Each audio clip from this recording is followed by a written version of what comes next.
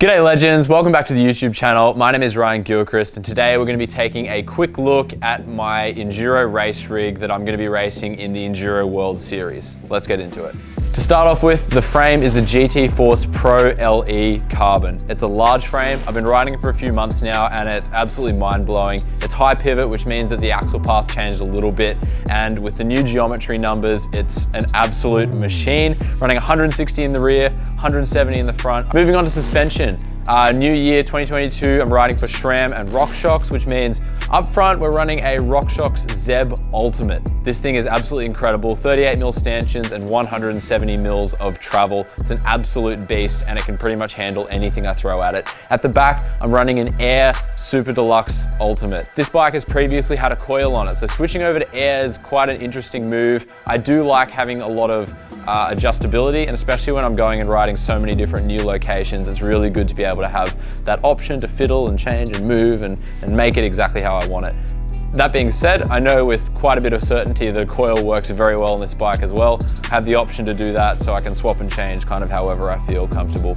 Moving on to wheels, I'm rocking Spank 359 Vibracores front and back. We're bringing out the big guns. They're super strong, incredibly durable, and they've got that radial compliance that just makes you feel like you're riding on a cloud when you're riding downhill. Absolutely love them, 29-inch front and back. While we're on wheels, I'll talk about the hubs. These are Spank's Hex Drive hubs. Really stoked on them. They are kind of like the perfect mixture between weight, price, points of engagement. All three things are very important. Moving on to rubber. I'm running the Pirelli Formula One rubber. This stuff is absolutely phenomenal and I'm really happy with what this brand is doing and putting out this year. I think big things are on their way. We've got Scorpion Enduro R out the back, Scorpion Enduro S up the front, a little bit burlier up front, and they both roll super quickly. I've got downhill tires, the Prototype Zeros. They're sitting in the shed at the moment. They have a very specific time and place, and that is downhill. They're heavy, they're strong, they're like absolutely bomb-proof, and the traction on them is absolutely phenomenal. But when I'm riding enduro, I have a little bit of a trade-off for durability, which means I get a little bit of a weight saving, and these things roll incredibly well, and I feel as though the traction is still quite sufficient. I'm very happy with these tires. On the topic of inserts, I have started running inserts. I never used to run inserts, but I've been giving Tannis Armor a go.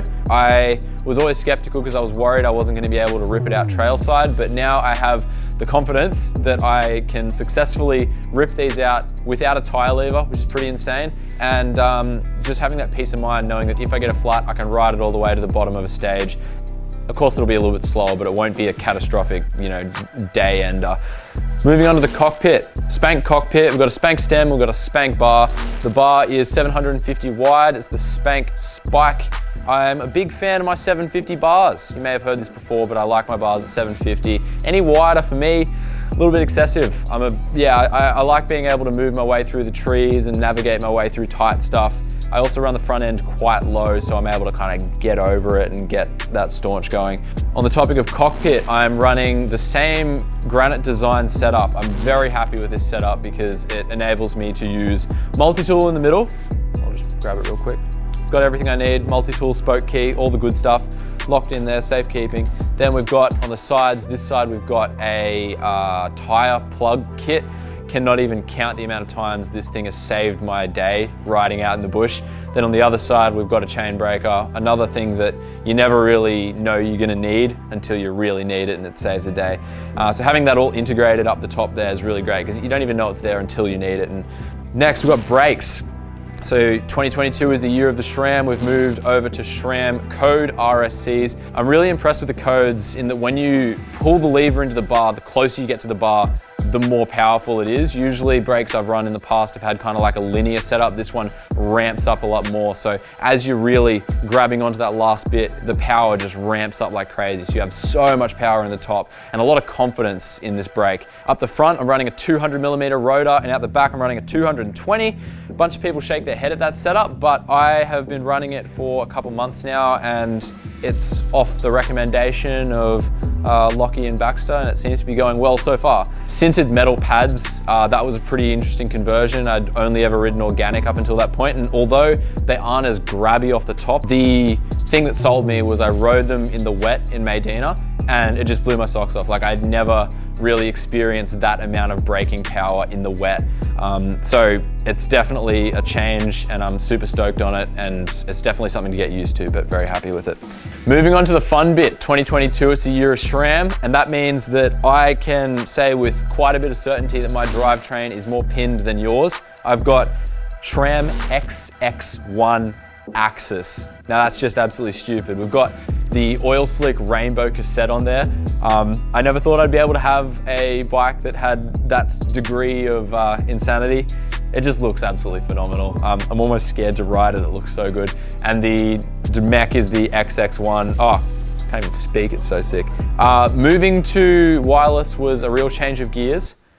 And I've been taking a bit of time to get used to it. It's a little bit different, especially in like, you can't do that weird thing where on cable you like half shift to make it jump up and down. So that's one thing that's a little bit different, but I'm absolutely loving the lack of barrel adjustment and messing around you do with cables. So far so good, and I've heard that once you go to Access you can't go back, and I'm already starting to see signs of that. But it's an addiction I'm willing to succumb to. Chainring up front, we're running a 34 tooth, so running a big dog so we can get all of that power output. On the topic of power output, we've got carbon 175 descendant cranks. First time I've ever run carbon cranks, but the thing that usually turns heads is that they're 175s. A lot of people enjoy 165s, especially in gravity, but I have long legs and I feel a lot more comfortable, and at least the perceived torque that I'm putting out feels greater, and I don't have any issues with pedal strike, so it's an absolute win for me. I'm trying out new pedals. This is the first time I've tried a new brand of pedals. I'm running the Time Special 12. They're a French company. They're a very impressive feeling, especially in the way that they float around. I noticed that other brands, the float feels kind of free, but this almost feels like an elastic fluid float, and it brings you back to center and guides you around. So that's the first thing I noticed, and otherwise I'm quite happy with it. They're a good pedal and it's going nicely. I'm waiting on an Axis reverb dropper, but for now I'm running the stock one that comes on this bike when you buy it. 200mm dropper, it's a great setup, it does the job nicely. This is a fully enduroed out setup. It's got all of the bells and whistles and bits and bobs. Like I said before, we've got the tools stashed in the handlebars, but also you'll notice down here, room for the water bottle. We've got a 25-gram CO2 cartridge and a hand pump, both of which are quite useful when you have a mechanical in your tire, because without one you're going to need the other at some point. We've got a tube. This is the Pirelli Smart Tube, super lightweight little tube that manages to fit nicely in there. And then we've got the Granite Design tire levers. They are probably the sturdiest tire levers I've ever used, but conveniently enough they pack nice and flat, and when you put them together they become a chain breaker, like a Master Link's puller reparterer, and it's really cool to have that, and it's actually come in handy before, so if it's happened once, it will happen again. Is there anything else? That wraps up my bike check on the 2022 EWS race rig. So I'm gonna be racing all 8 rounds of the Enduro World Series in 2022. It's gonna be an incredible season on an absolutely incredible bike. I can't wait for it, and I can't wait to take you guys along for the journey. So make sure you like and subscribe, and I'll catch you guys in the next video.